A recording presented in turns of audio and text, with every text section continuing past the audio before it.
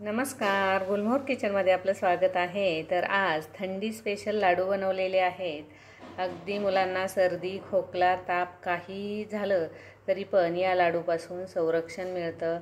नक्की बनवा आणि तुम्ही हा व्हिडिओ कुठल्या शहरातून, कुठल्या गावातून पाहत आहात हे कमेंट बॉक्समध्ये नक्की तुम्ही मला सांगा आणि हा व्हिडिओ स्किप न करता पूर्ण पहा। आवडल्यास एक लाईक, सबस्क्राईब आणि शेअर करायला मात्र विसरू नका। त्यासाठी सुरुवातीला कुठल्याही वाटीने 2 वाट्या आपल्याला जवस घ्यायचे आहेत।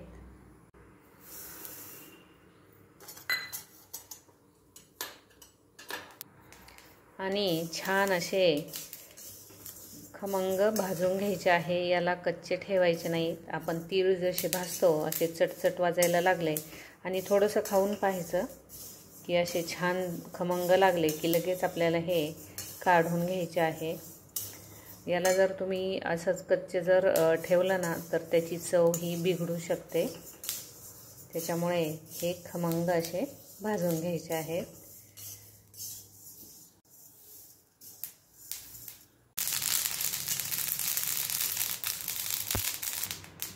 चटचट आवाज यायचा बंद झाला की लगेच आता आपल्याला हे एका ताटामध्ये काढून घ्यायचे आहे। हे पहा, या प्रकारे हे मी भाजून घेतलेले आहे। त्यानंतर त्याच वाटीने आपल्याला 1 वाटी खोबरं घ्यायचं आहे। आता तुम्ही इथे 2 वाट्या जरी खोबरं घेतलं तरी पण चालू शकतं। हे पण असं छान असं लाल भाजून घ्यायचं आहे। त्यानंतर आवडीप्रमाणे बदाम घालायचे आहे आणि काजू। आता याला थोडंसं पण भाजून घ्यायचं आहे। थोडंसं याचा जो ओलावा असतो तो थोडासा गेल्यानंतर यामध्ये थोडंसं तूप घालूया।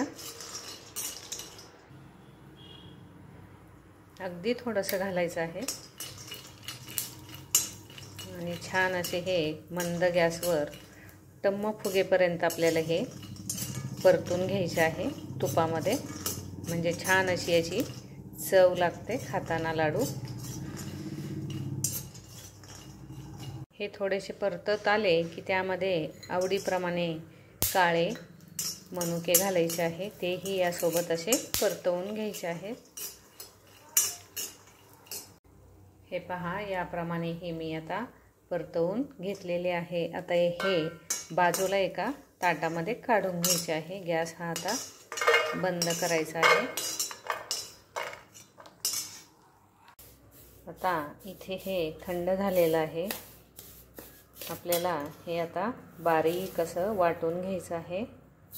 मी इथे मिक्सरचं छोटं भांडंच वापरणार आहे। तुम्ही मोठ्या भांड्याचाही वापर करू शकता। इथे याप्रमाणे मी बारीक वाटून घेणार आहे। म्हणजे खायला जरा छान लागतं आणि थोडंसं असं साईडला पण अख्खे दाणे असे चिगटले जातात। तेही दाताखाली आल्यानंतर छान वाटतात। इथे आता जवस आणि खोबरं हे बारीक करून झालेलं आहे। आता हे बाजूला ठेवायचं आहे आणि आता तोपर्यंत हे पण थंड झालेलं आहे। आता हे पण आपल्याला 2 बॅचमध्ये थोडंसं जाडसर ठेवलं तरी पण चालतंय। हे पहा, याप्रमाणे आता मी हे पण बारीक करून घेतलेलं आहे। थोडंसं असं जाडसर ठेवलं तरी पण चालू शकतं।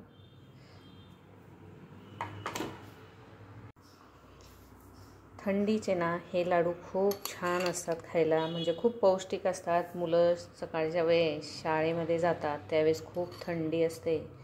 त्यावेळेस तुम्ही सकाळी त्यांनी नाही खाल्ला तरी पण साईड डब्याला तुम्ही हा एक लाडू रोज देत जा। यामध्ये आता विलायची पावडर घातलेली आहे। त्यानंतर आता सुंठ पावडर घालायची आहे।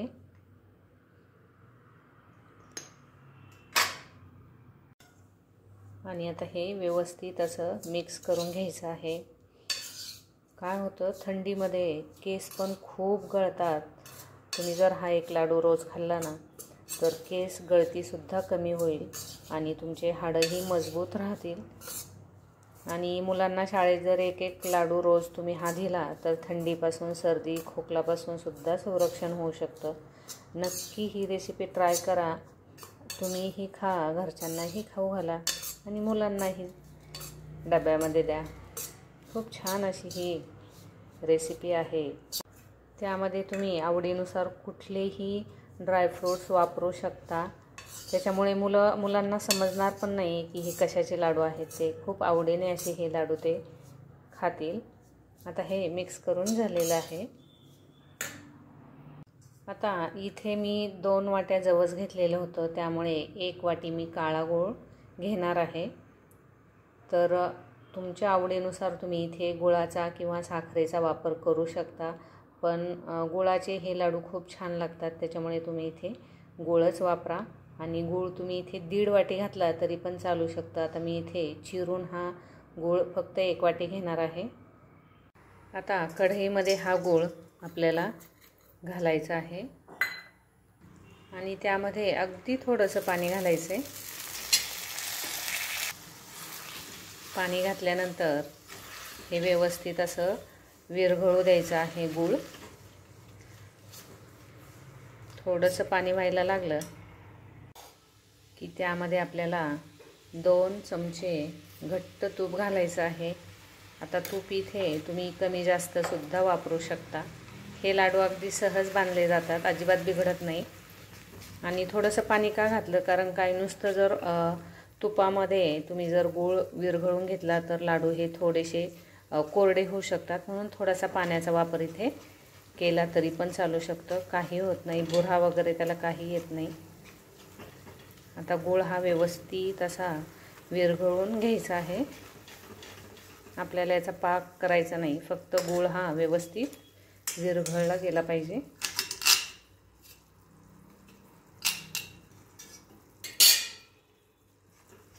हे पहा, इथे आता गूळ हा विरघळलेला आहे आणि गॅस मी इथे बंद करणार आहे. आता हे सर्व यावर घालायचं आहे. आता तुम्ही इथे कुठलाही गूळ वापरू शकता, पण मी इथे काळा गूळ वापरलेला आहे, त्याच्यामुळे थोडासा रंग हा आता काळा येणार आहे लाडूला. तुम्ही इथे पिवळा गूळसुद्धा वापरू शकता. आता हे सर्व मिक्स करून घ्यायचं आहे याप्रमाणे. थोडंसं थंड झालं की हातानेही मिक्स करून घ्यायचं आहे. इथे आता हाताने मी मिक्स करून घेतलेलं आहे आणि लगेच आपल्याला हे लाडू आता करून घ्यायचे आहे. आता तुम्ही इथे पाहू शकता, एकदम सॉफ्ट मऊ असं हे सारण झालेलं आहे लाडूचं. आता आपल्याला लगेच हे लाडू तयार करायचे आहे. अजिबात कोरडे होत नाही.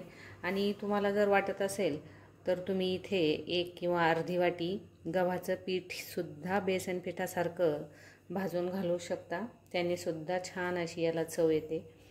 पण थोडासा गूळ मात्र तुम्हाला इथे वाढवावा लागेल. किती सुंदर असा हा लाडू झालेला आहे. हे पहा, झाला की नाही मस्त असा हा लाडू. तर याचप्रमाणे सर्व लाडू हे करून घ्यायचे आहेत. इथे सर्व लाडू हे तयार झालेले आहे. तुम्ही पाहू शकता, एकदम मस्त असा रंग त्याचा आलेला आहे आणि खूप मस्त असे हे लाडू होतात. नक्की करून बघा. ह्या हिवाळ्यात नक्की हा लाडू करा आणि आवडीने तुम्ही खाताल ही मी गॅरंटी देते. हा व्हिडिओ तुम्हाला जर आवडला असेल तर लाईक, शेअर, कमेंट आणि सबस्क्राईब करायला विसरू नका. आणि तुम्ही हिवाळ्यामध्ये कुठल्या कुठल्या प्रकारचे लाडू बनवता हे मला कमेंट बॉक्समध्ये नक्की सांगा.